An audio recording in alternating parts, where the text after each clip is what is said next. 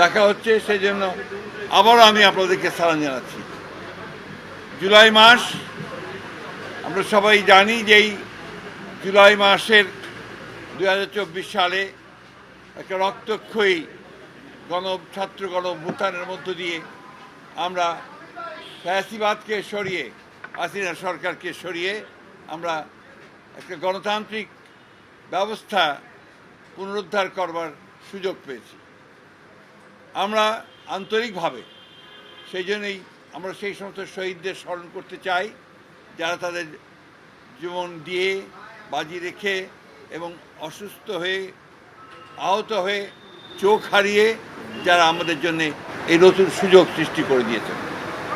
আজকে মাননীয় প্রধানমন্ত্রী এই আন্দোলনে বাংলাদেশ জাতীয়তাবাদী দলের সঙ্গে যারা ছিলেন, যারা একসাথে যুগপৎ আন্দোলন করেছেন দীর্ঘ 15-16 বছর, তাদের নেতৃবৃন্দকে তিনি আহ্বান জানিয়েছিলেন আজকে কথা বলার জন্যে, তাদের সঙ্গে একসাথে একটু সামান্য কিছু ডাল ভাত খাওয়ার জন্য। এটা আমাদের এই চলমান যে রাজনৈতিক আন্দোলন ফ্যাসিবাদের বিরুদ্ধে,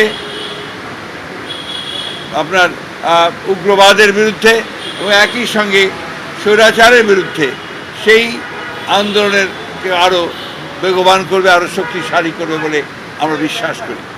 আমরা দীর্ঘ 15 বছর যখন একসাথে আন্দোলন করেছি এই সব দলগুলোকে নিয়ে, আমরা কেউ কারাগারে গেছি, কেউ আমরা মামলার মধ্যে পড়েছি, কেউ গুম হয়েছে, খুন হয়েছে, এরকম অনেকেই আছে। আজকে সেই জন্যই একটা আবেগঘন পরিবেশ সৃষ্টি হয়েছিল। মাননীয় প্রধানমন্ত্রী তাদের সকলের সঙ্গে অত্যন্ত আন্তরিকতার সঙ্গে দেখা করেছেন, প্রত্যেকের সঙ্গেই, এবং তিনি কথা বলেছেন। আমাদের অনেকগুলো রাজনৈতিক দল তারা কথা বলেছেন, তারা সবাই মাননীয় প্রধানমন্ত্রীর যে শুরু সরকার চালানোর, সেই শুরুটাকে তারা অত্যন্ত প্রশংসা করেছেন। এবং এই যে মাননীয় প্রধানমন্ত্রী দেশে ফিরে আসার পরে সমস্ত দলগুলোকে ঐক্যবদ্ধ করে তিনি যে নির্বাচনের যে সংগ্রাম, নির্বাচন যে পরিচালনা, সেই নির্বাচনের মধ্য দিয়ে একটা 2/3 মেজরিটি নিয়ে এসেছেন, সেই জন্য তিনি তাদেরকে এই রাজনৈতিক দলগুলো তিনি আন্তরিকভাবে ধন্যবাদ জানিয়েছেন, শুভেচ্ছা জানিয়েছেন, এবং তিনি তাদের যে অবদান সেটা দেশ চিরকাল মনে রাখবে সে কথাও তিনি বলেছেন। তিনি বলেছেন যে এই 5 মাসের মধ্যে সম্ভব হয়নি হয়তোবা বিভিন্ন কাজের তাড়াহুড়ার জন্যে বা কাজের অগ্রাধিকারের ভিত্তিতে সব দলগুলোর সঙ্গে কথা বলার, কিন্তু এর মধ্যে সরকার যে কাজগুলো করেছে কাজগুলো ছিল জনগণের একদম কাছাকাছি যাওয়ার কাজ। আপনারা সবাই জানেন, সেগুলো আমি রিপিট করতে চাই না।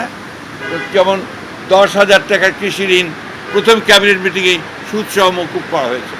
ফ্যামিলি কার্ড কমিট করেছিলেন, সেই ফ্যামিলি কার্ড দেওয়া শুরু হয়েছে। কৃষক কার্ড কমিট করেছিলেন, কৃষক কার্ড দেওয়া শুরু করেছে। মসজিদের ইমাম, মন্দিরের পুরোহিত বা আপনার চার্চের ফাদার এবং আপনার ধর্মযাজক বৌদ্ধ ধর্মের, তাদেরকে ভাতা দেওয়া শুরু হয়েছে। খেলোয়াড়দের ভাতা দেওয়া শুরু হয়েছে। খাল খনন কর্মসূচি শুরু হয়েছে। এই কাজগুলো কিন্তু শুরু হয়েছে প্রথম থেকেই, এবং নতুন কুড়ির যে আন্দোলন ছিল একটা, সেই আন্দোলনটাও শুরু হয়েছে। সবচেয়ে বড় কথা হচ্ছে যে সরকারকে গুছিয়ে একটা জনগণের কাছে নিয়ে যাওয়ার কাজটা তিনি শুরু করেছেন। আমাদের এটা অবশ্যই মনে রাখতে হবে যে আমরা একটা ধ্বংসস্তূপের মধ্য থেকে কিন্তু কাজ শুরু করেছি। একেবারেই অর্থনীতি ধ্বংসপ্রাপ্ত হয়েছে, লুট করে নিয়ে গেছে সমস্ত ব্যাংকগুলো, সব জায়গায় একটা নৈরাজ্য সৃষ্টি করেছিল তারা, সমস্ত প্রতিষ্ঠানগুলোকে ভেঙে পড়েছিল। সেই প্রতিষ্ঠানগুলোকে আবার আমাদের মাননীয় প্রধানমন্ত্রী সেটাকে আপনার গড়ে তোলবার জন্য কাজ শুরু করেছেন। এই কথাগুলোই আজকে বিভিন্ন রাজনৈতিক দল তারা বলেছেন। আজকে তিনি বলেছেন যে তিনি এর পরে প্রায়শই, অর্থাৎ যতটা দ্রুত সম্ভব হবে, বিভিন্ন রাজনৈতিক দলগুলোর সঙ্গে তিনি বসবেন, রাজনৈতিক দলগুলো আবারও কাজ করবে একসাথে, এবং তাদের যে মত বিনিময় সেই মত বিনিময়গুলো হবে। সবচেয়ে বড় জিনিস যেটা তিনি বলেছেন যে 31 দফা কর্মসূচি যেটা আমরা একসাথে দিয়েছিলাম, সেই 31 দফা কর্মসূচি বাস্তবায়িত হবে। এবং তিনি এটাও বলেছেন, আবারও জোর দিয়েই বলেছেন যে জুলাই সনদ যেটা আমরা সমস্ত রাজনৈতিক দলগুলো স্বাক্ষর করেছি, সেই জুলাই সনদ যারা, আমি আবার রিপিট করছি, যেগুলো আমরা স্বাক্ষর করেছি সেটার অক্ষরে অক্ষরে পালন করা হবে। আমি আপনার আজকে অনেকক্ষণ ধরে এখানে অপেক্ষা করে আছেন, সেই জন্য আপনাদেরকে আন্তরিক ধন্যবাদ এবং কৃতজ্ঞতা জানাচ্ছি।